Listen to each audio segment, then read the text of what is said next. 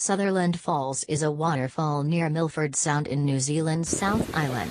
At 580 meters, the falls were long believed to be the tallest waterfall in New Zealand. However, Browne Falls cascades 843 meters down a mountainside in Doubtful Sound, leading some to view that as the tallest.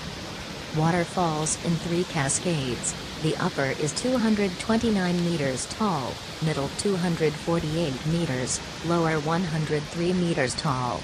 Vertical fall of 580 meters is made over 480 meters of horizontal distance, thus the mean grade of falls is approximately 56 degrees. The base of Sutherland Falls is a 90 minutes walk from Quintin Public Shelter on the Milford Track.